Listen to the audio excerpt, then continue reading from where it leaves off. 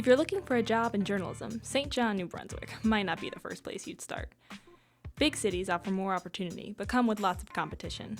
And is that old-style newsroom really the only option? When came here 5 years ago, a little college girl from a school of journalism. I took a doll-faced hick. Well, it wouldn't take me if I hadn't been doll-faced. Oh, why should I? I thought it'd be a novelty to have a face around here a man could look at without shuddering. Listen, Walter. Listen, I made a great reporter out of you, Hildy, but you won't be half as good on any other paper, and you know it. We're a team, that's what we are. You need me. No thanks. I don't think I'm capable of talking that fast. And I prefer my editors stay out of my personal space, you know. In search of other options, I went to check out Civilized and Huddle, two St. John media startups that are just over a year old. Civilized is an online magazine that's a little out there. Their focus is elevated cannabis culture, so basically trying to transcend the stoner stereotype. It was my wife's birthday, January 24th, 2015. We were in Venice, in western Los Angeles. We were at a nice restaurant, and she was having a lovely glass of wine, and I was out behind the dumpster with my cannabis oil vape pen. And it was at that moment that I finally became fed up with cannabis prohibition. Huddle seems a little more straight and narrow. They tell business stories in New Brunswick. Alan Gates is founder of both Bonfire, a communications firm, and Huddle.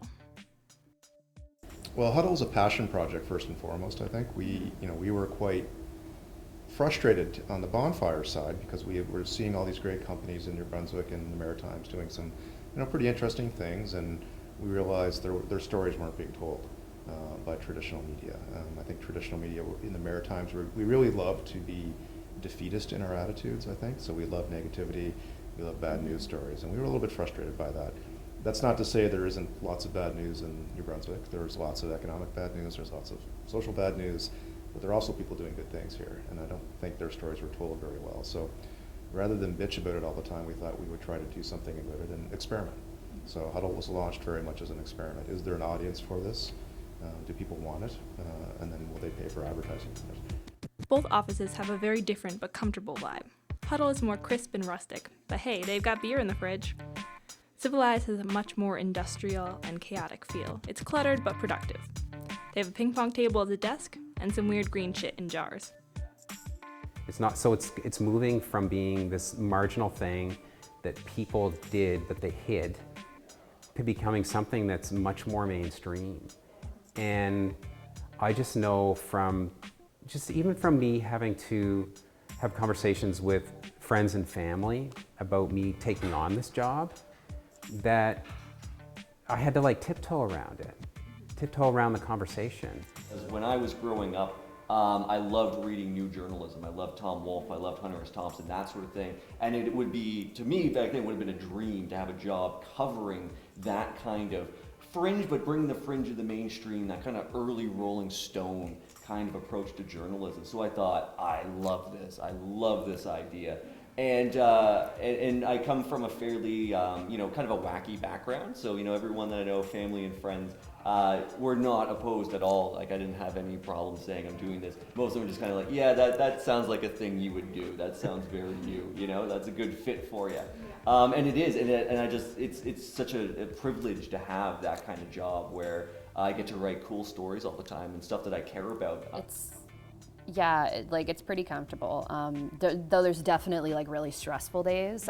It's definitely it's an environment where if things are getting crazy, I can turn to Alan, I can turn to Kara, John, Lise, and just be hey, I need some help here, right? Or if a story's falling through, it's okay, well, we'll think of something else, right? Or stuff like that. It's not as, when you run into problems like that, it's a little bit more easier to deal with and a lot more reasonable to deal with, I think, as opposed to some other old media outlets, I think.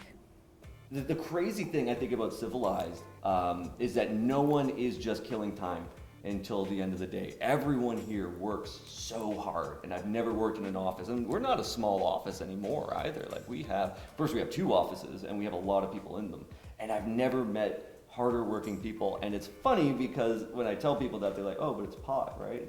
Pot is hard work. It is a lot of work. It's a lot of investment.